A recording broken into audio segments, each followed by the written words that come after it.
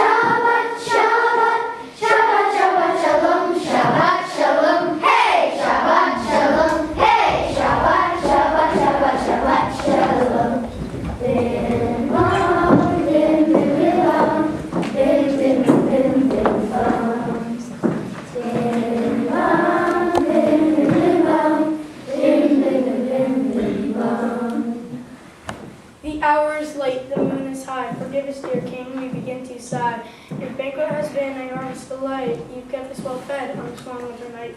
'Tis true, Ahasuerus, we lift our cups to you. What lovely music is this I hear, adorning the midnight hour? It must be Vashti, my own dear queen, who sings in her garden bower. Go bid my queen to come now play, her lyre shall usher in the day. You must see her sing in the pale moonlight, her playing is a king's delight. As you wish, my queen.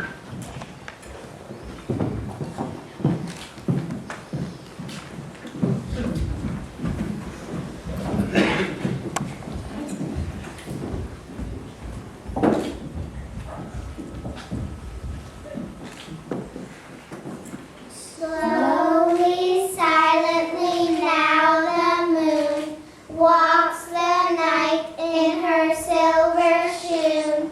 This way and that she peers and sees silver fruit upon silver trees. A harvest mouse goes scampering by with silver claws and a silver eye, and moveless fish in the water gleam by silver reeds in a silver stream.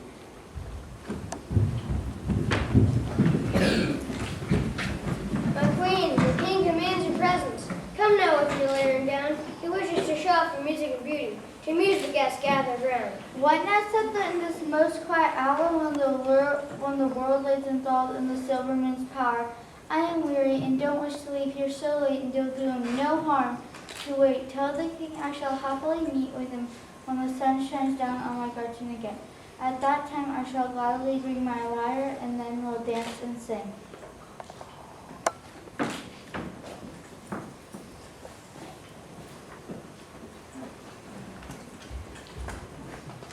Disturb me not, she says, your flower. I will not be seen at this late hour. Tomorrow, as it please my king, I'll bring my lyre here to plan to sing. What? Outrageous. She refuses the order of her king? Does she not understand what this insult may bring? I'd advise her, dear king. I feel to my duty to repeat advice on Queen Vashti the king. A good wife her husband must always obey. We only must deal with matters today. I agree with my colleague. This is a disgrace, and she must be punished and punished with haste. The lady must pay for her willful ways. I tell you that women have such nerve these days. We can't have the other wives following her lead. We must banish the queen with greatest speed. Scribe, let it be written in stone at this time that Vashti the fair is no more wife of mine. So Vashti was banished on that very night. Ahasuerus commanded, Get out of my sight! she dared to defy Ahasuerus the Great, and with that simple action, she sealed her fate. Now the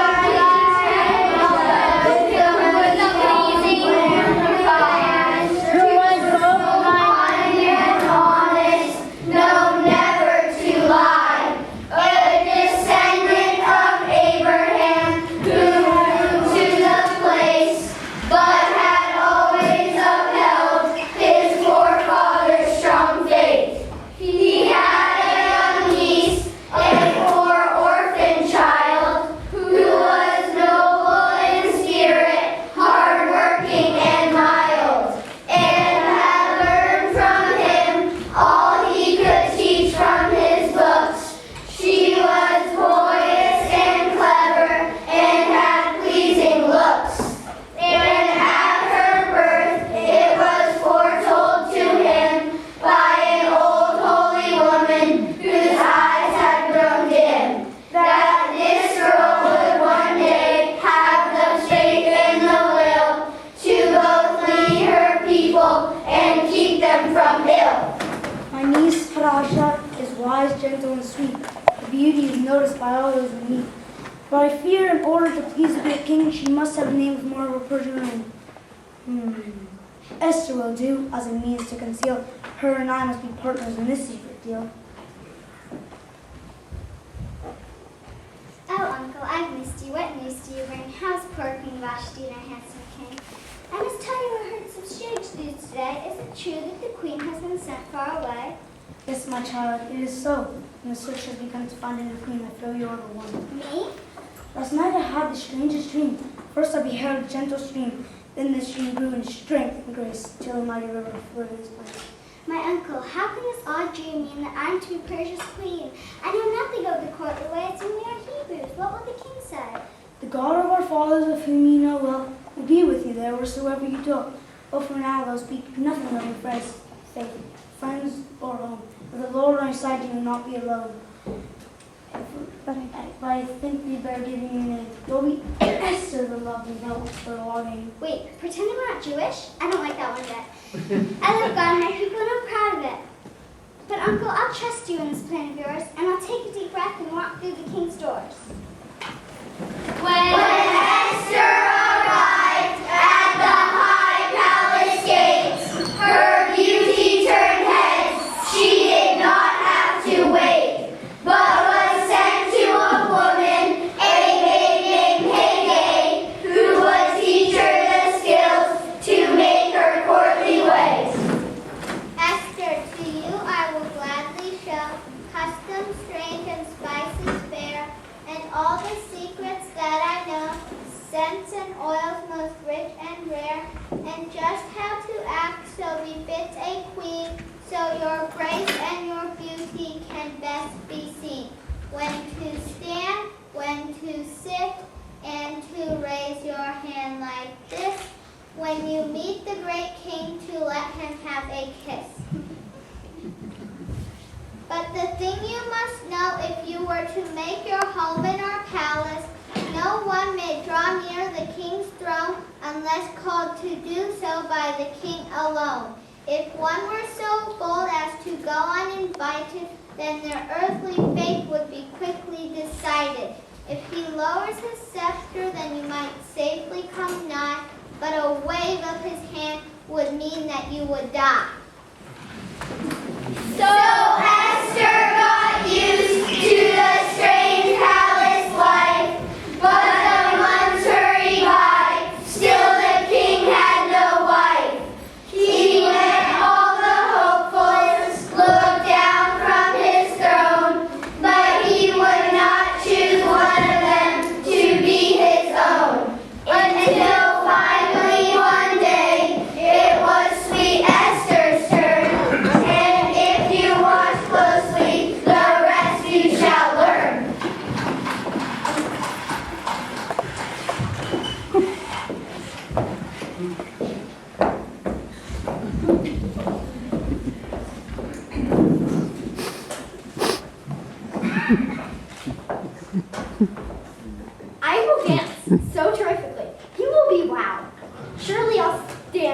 this old boring crowd.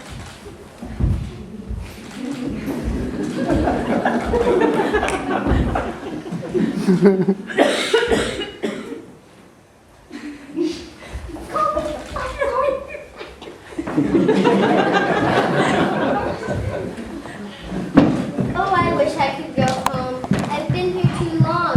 I forgot all the words to the King's favorite song. Old MacDonald had a farm, E-I-E-I-O. And on that farm he had a pig, E-I-E-I-O. And there was an earthquake here and an earthquake there, and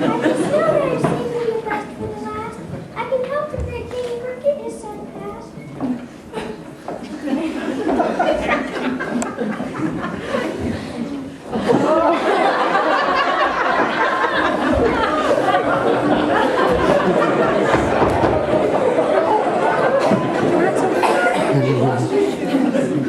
I have one more woman for you to behold. She has fine wavy hair and necklace of gold.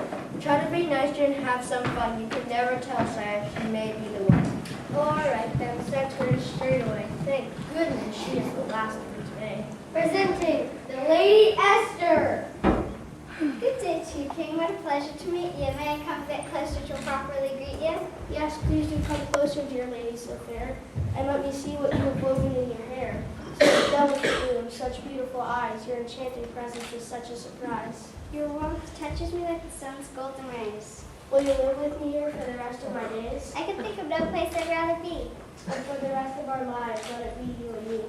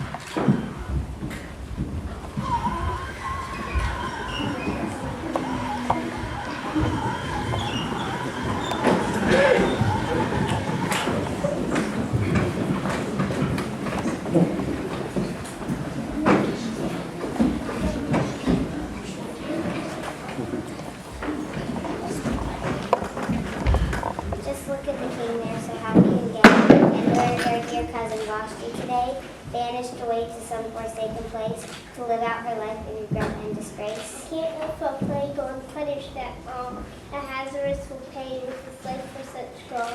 I tell you right now, we must plan his doings. By this time next week, the unfaithful king dies. and we will be rewarded for being so bold. The king's many enemies will pay us with gold. Fortune and fame will be ours for this deed. A fine poison wine will be all that we need.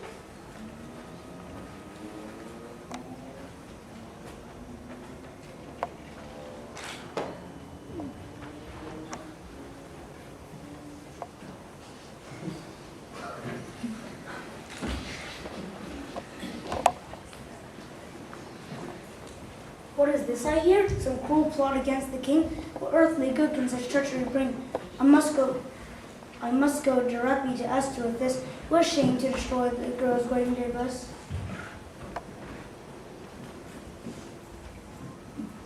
Oh, Esther, my child, please heed what I say. A dark plot has hatched against the king here today. Instead of a wedding, a murder they plan. Please go with all speed and inform the dear man. I'll go now at once as I'm called to his room. If we act quickly, we can forestall this doom.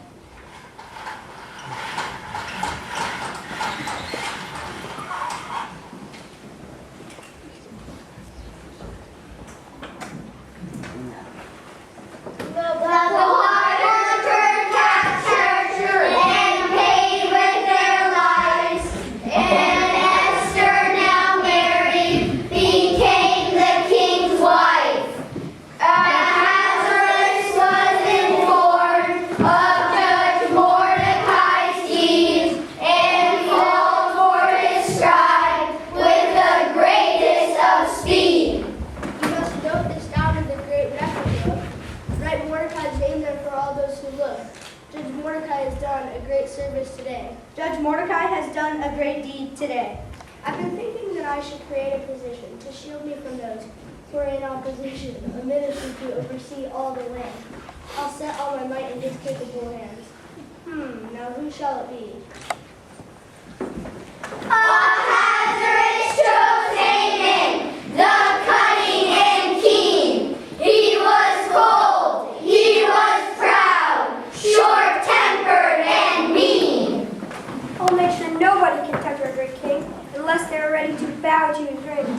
And while they are bowing, it only seems right that they bow to me too to respect my great might. I am the right hand of Ahasuerus the Great. Let's see how this works as I pass through the gate. But I'll make you quite sorry for angering me. If there's one of these Jews, there's sure to be others. I'll get rid of this man and his sisters and brothers, his cousins and kin, the whole arrogant lot. They'll show him the strength and the power that I've bought. Without wasting time, Haman hatched his foul plan to get rid of the Jews living all throughout the land. But to do this he needed the king's sacred seal, so he thought to convince him while sharing a meal. There are people amongst us who threaten your rule. A whole group of them, sire, and as stubborn as mules. They will gather their forces and be dangerous. It is wisest to stamp out those different from us. Do what you think best. My trust is in you. And I trust that quite soon there will be no more Jews. I will consult a soothsayer for a lucky day, and with this I will seal the proud Hebrew's fate.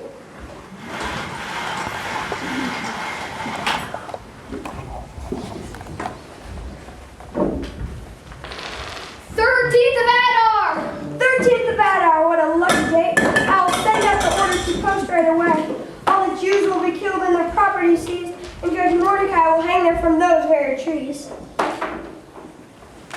When the horrible news reached old Mordecai's ears, he ripped at his clothes and his eyes filled with tears.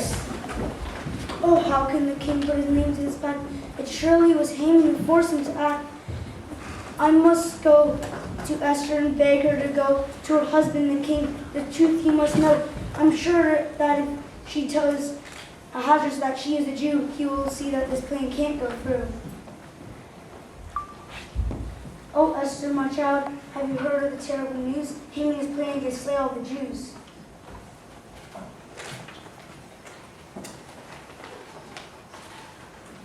Does the king know of this?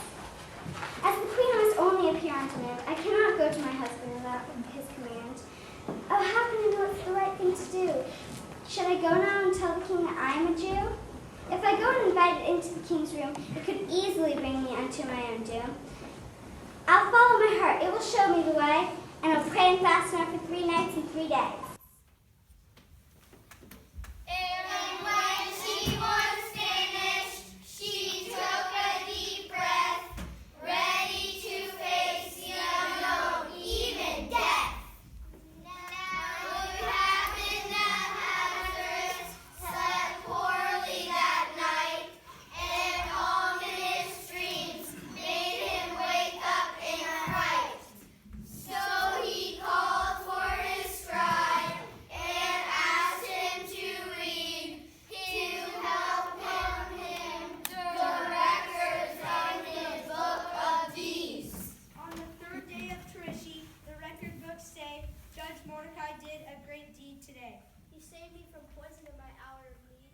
How is he rewarded for this timely deed? There was no reward given that I know. Surely some great honor was bestowed. Since the book has no record of this, I doubt the good man received any gift. Call him in at once, my own firm right hand. He'll surely know how to reward such a man.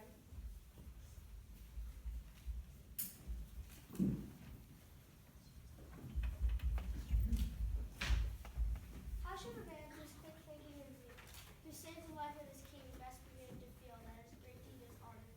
Just what should be done? What signs of ingratitude be shown such a one? Why, surely the king was referring to me. I will parade him on horseback for all folk to see. He'd be dressed in fine robes and led through the land by someone who was shouting, "Here comes a great man!" Right you are, that's the way to reward a great deed. Yet Mordecai mounted and user shall lead. Here comes a great man! Here comes a great man!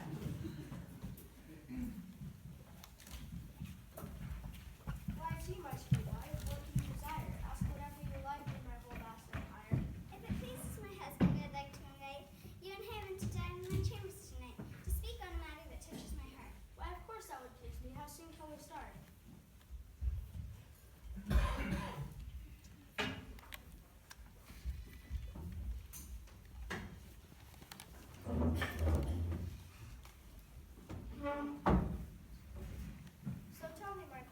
So tell me, my queen, what is troubling you? I'll do anything that's in my power to do. A law has been passed, and it's passed in your day, that will bring you no glory but darkness and shame. Your ring put a seal on the round decree to kill all the Hebrews, and that includes me. It is planned for the 13th of Adar this year. Look and see for yourself. It's all right down here. Who has issued this order Sunday to program? Tell me right now and I'll take care of them. It was him and your wicked and evil right hand. These people throughout your great lands. How could I know she was one of them? I just did it to keep our great kingdom from harm. Tell him I quit to spare my life. Guard, seize this man, take him out of my sight, and make sure he pays for his dark deeds tonight.